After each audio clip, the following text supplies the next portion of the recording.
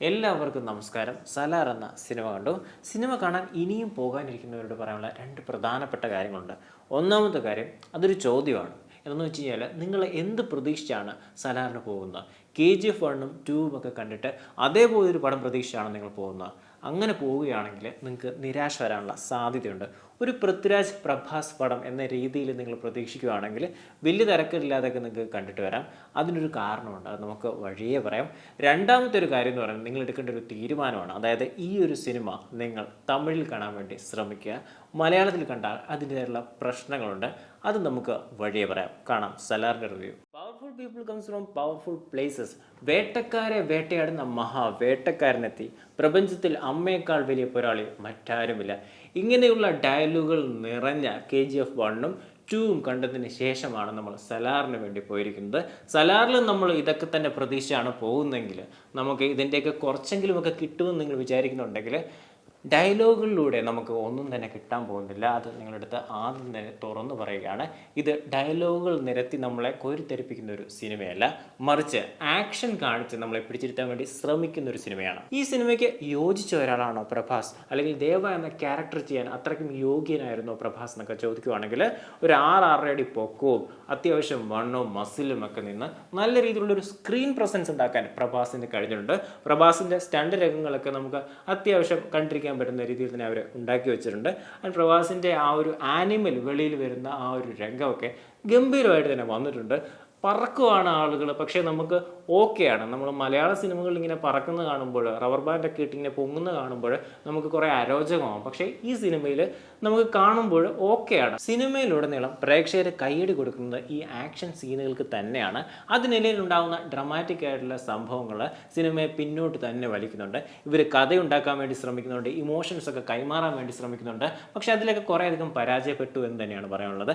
കാരണം എന്തെന്ന് വെച്ച് കഴിഞ്ഞാൽ ഈ ഫസ്റ്റ് ഹാഫിൽ ഇവർ ബിൽഡപ്പ് ഉണ്ടാക്കുന്നുണ്ട്. അതായത് ആ ക്യാരക്ടറിനെ കുറച്ച് തള്ളി പൊക്കാൻ വേണ്ടി ശ്രമിക്കുന്നുണ്ട്. ആ ക്യാരക്ടർ വരുന്നതിന് മുമ്പ് തന്നെ ദേവ ഇങ്ങനെയാണ്, ദേവ അങ്ങനെയാണെന്നൊക്കെ കാണിച്ച്, അല്ലെങ്കിൽ ദേവയുടെ സിമ്പിൾ ഇങ്ങനെയാണ്, സിമ്പിളിനെ പേടിക്കുന്നു. ഇദ്ദേഹം വരുന്നതിന് മുമ്പ് തന്നെ ഇദ്ദേഹത്തെ പേടിക്കുന്ന രീതിയിൽ ഈ കാശ് കൊടുത്തിട്ട് നിങ്ങൾ പേടിക്കണമെന്നൊക്കെ ആളുകളുടെ അടുത്ത് പറയത്തില്ല, അതുപോലെ പേടിക്കുന്ന രംഗങ്ങളൊക്കെ നമ്മളെ കാണിച്ച് നമുക്ക് തന്നെ ഒരു ഭയം ഉണ്ടാക്കാൻ വേണ്ടി നമ്മുടെ പ്രശാന്ത് നീൽ കുറേയധികം ശ്രമിക്കുന്നുണ്ട്.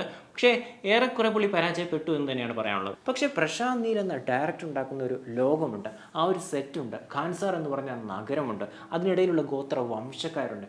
ഇവരെല്ലാവരും കൂടി കൂടുമ്പോൾ അദ്ദേഹത്തിൻ്റെ വിഷൻ എന്താണെന്ന് നമുക്ക് കൃത്യമായിട്ട് തന്നെ കിട്ടും. പക്ഷേ ആ ഒരു വിഷനിലേക്ക് എത്താൻ വേണ്ടി കുറേ സമയമെടുക്കുമെന്നുള്ളത് പ്രേക്ഷകർക്ക് പെട്ടെന്ന് തന്നെ മനസ്സിലായി. KGFൽ യാഷ് എന്ന് പറഞ്ഞ ആക്ടർ കയ്യിൽ നിന്ന് ഇട്ടിട്ടാണ് ക്യാരക്ടർ പൊക്കിയിട്ടുള്ളതെന്ന് നമുക്ക് കൃത്യമായിട്ട് ഈ ഒരു സിനിമ കാണുമ്പോൾ മനസ്സിലാവും. കാരണം പ്രഭാസ് ഇതിൻ്റെ അകത്ത് സ്വന്തമായിട്ട് ഒന്നും തന്നെ ഇട്ടിട്ടില്ല, ഡയറക്ടറിൻ്റെ കയ്യിലായിരുന്നു മൊത്തം. പ്രഭാസ് എന്തെങ്കിലും ഇട്ടിട്ടുണ്ടായിരുന്നെങ്കിൽ അത് കട്ട് ചെയ്ത് കളയുമായിരുന്നു എന്നൊക്കെ നമുക്ക് വരെ തോന്നും. കാരണം പ്രഭാസ് ഇതിൻ്റെ അകത്ത് കാര്യമായിട്ടുള്ള ഇമോഷൻസ് നമുക്ക് തരുന്നില്ല, ആളുകളുമായിട്ട് കണക്റ്റ് ആവുന്നില്ല. ആകെ കൊച്ചു പിള്ളേരുമായിട്ട് കുറേയധികം ഡയലോഗുകൾ മാത്രമേ ഉള്ളൂ. അല്ലാതെ പ്രഭാസ് എന്താണ്, പ്രഭാസിൻ്റെ ബിഹേവിയർ എന്താണ്, ആകെ മൊത്തം ഒരു റിബൽ സ്റ്റാർ എന്ന് പറഞ്ഞ് അവർ എഴുതി കാണിക്കുന്ന പോലെ തന്നെ കുറേയധികം ആളുകളെ ഫൈറ്റ് ചെയ്ത് പേടിപ്പിക്കുന്നു. അദ്ദേഹത്തിൻ്റെ ഒരു ഓറ കാരണം പലരും ഓടി ഒളിക്കുന്നു എന്നതിനപ്പുറത്തേക്ക് പ്രേക്ഷകർക്ക് കണക്ട് ചെയ്യാൻ വേണ്ടി ഒരു ഇമോഷണൽ ഡയലോഗ്, അല്ലെങ്കിൽ KGFലെ പോലെ വളരെ സട്ടിലായിട്ടുള്ള സിമ്പിളായിട്ടുള്ള സീനുകൾ ഈ സിനിമയിൽ ഇല്ലെന്നുള്ളത് വളരെ സങ്കടകരമായിട്ടൊരു കാര്യമാണ്. സലാർ എന്ന സിനിമയുടെ ട്രെയിലർ കണ്ടപ്പോൾ പൃഥ്വിരാജിൻ്റെ മലയാളം ഡബ്ബിങ് വളരെ മോശമായിട്ടൊക്കെ തോന്നിയിട്ടുണ്ടായിരുന്നു. പക്ഷേ സിനിമയിലോട്ട് എത്തിയപ്പോൾ നല്ല വെയിറ്റ് ഇട്ട സംസാരം തന്നെയാണ്. അന്യഭാഷാ സിനിമകളിൽ ഡബ്ബ് ചെയ്യേണ്ട രീതിയിൽ തന്നെയാണ് അദ്ദേഹം ഡബ്ബ് ചെയ്തിട്ടുള്ളത്. അതിൻ്റെ ഇമോഷൻസ് ഒക്കെ അത്യാവശ്യം വന്നിട്ടുണ്ട്. നല്ല മേക്കപ്പാണ്. നമ്മൾ ഇവിടെ കാണുന്ന നല്ല ചുകാന്നിരിക്കുന്ന പൃഥ്വിരാജ് ഒന്നുമല്ല, നല്ല റഫ് ആൻഡ് ടഫ് ആയിട്ടുള്ള പൃഥ്വിരാജ് തന്നെയാണ്. ഉറപ്പായിട്ടും ദേവയുടെ കൂടെ നിർത്താൻ പറ്റിയിട്ടുള്ളൊരു ക്യാരക്ടറായിട്ടാണ് പൃഥ്വിരാജ് അതിനകത്ത് വന്നിട്ടുള്ളത്. സിനിമയിൽ പ്രഭാസിൻ്റെ ഫൈറ്റിന് നല്ല സ്വാഗ് ഒക്കെ ഉണ്ട്.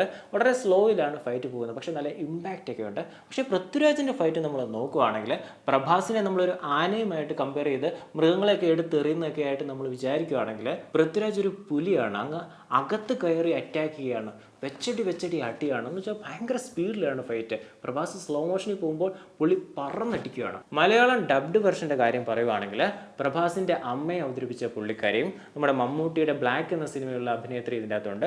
പുള്ളിക്കാരുടെയും ഒക്കെ മലയാളം അത് ആരാണ് പറഞ്ഞതെന്ന് അറിയത്തില്ല, കൃത്യമായിട്ടുള്ള ഇമോഷൻസ് നമ്മളിലേക്ക് എത്തിയിട്ടുമില്ല. പറയുന്ന ഡയലോഗുകളൊക്കെ നല്ല ക്രിഞ്ചായിട്ട് തന്നെയാണ് തോന്നിയിട്ടുള്ളത്. ഇവരുടെ മാത്രമല്ല വേറെ കുറേ സപ്പോർട്ടിങ് ആക്ടേഴ്സിൻ്റെയും ഡയലോഗുകൾ ഇങ്ങനെ ക്രിഞ്ചായിട്ട് തന്നെ പോയിട്ടുണ്ട്. സിനിമയുടെ മ്യൂസിക് ആണെങ്കിലും എഡിറ്റിംഗ് ആണെങ്കിലും കട്ട്സ് ഒക്കെ ആണെങ്കിലും അത്യാവശ്യം സ്റ്റാൻഡേർഡ് ക്വാളിറ്റിയിൽ തന്നെയാണ് അവർ ഉണ്ടാക്കി വെച്ചിട്ടുള്ളത്. അതിൽ യാതൊരുവിധ കോംപ്രമൈസും അവർ ചെയ്തിട്ടില്ല.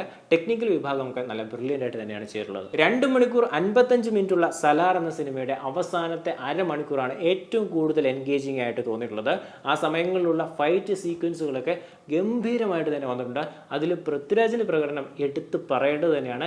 ബ്ലഡ് ബാത്താണ് ആ ഒരു അരമണിക്കൂറിൽ നടക്കുന്നത്. ഉറപ്പായിട്ടും ഒരു തവണയൊക്കെ കണ്ടിരിക്കാൻ പറ്റുന്ന രീതിയിൽ സലാർ ഇവർ മേക്ക് ചെയ്തു വെച്ചിട്ടുണ്ട്. കുറെ ശ്രമങ്ങൾ ഇവർ നടത്തുന്നുണ്ട്. കുറെ സ്ത്രീകളെ കൊണ്ടുവന്ന് അവരെ സംരക്ഷിക്കുന്ന രീതിയിൽ സ്ത്രീ സംരക്ഷകൻ എന്ന റോളിലോട്ടൊക്കെ പുള്ളി കൊണ്ട് വെക്കുന്നുണ്ട്. പക്ഷേ ആ ഇമോഷൻ നമുക്ക് കിട്ടുന്നില്ല. അത് പ്രഭാസിന്റെ കണ്ണിൽ നിന്നും ആ ഒരു പെയിൻ ഒക്കെ നമുക്ക് കിട്ടിയാലേ ഉള്ളൂ നമുക്ക് അതങ്ങ് അനുഭവിക്കാൻ പറ്റത്തില്ല. ഇത് ആ പെയിൻ നമുക്ക് കിട്ടാത്തതുകൊണ്ട് തന്നെ നമുക്കാണ് ആകെ പെയിൻ ഉണ്ടാകുന്നത്. നല്ല മധുരമുള്ള മാങ്ങ തരാമെന്നൊക്കെ പറഞ്ഞ് മോഹിപ്പിച്ചിട്ട് മാങ്ങാത്തൊലി തന്നിട്ട് മാങ്ങ അടുത്ത വർഷം തരാമെന്ന് പറഞ്ഞാണ് സലാർ അവസാനിക്കുന്നത്. എന്നാൽ ഒരു കാര്യം പറയണം, ആ മാങ്ങയ്ക്ക് വേണ്ടി ഇപ്പോഴും വെയിറ്റിംഗ് തന്നെയാണ്.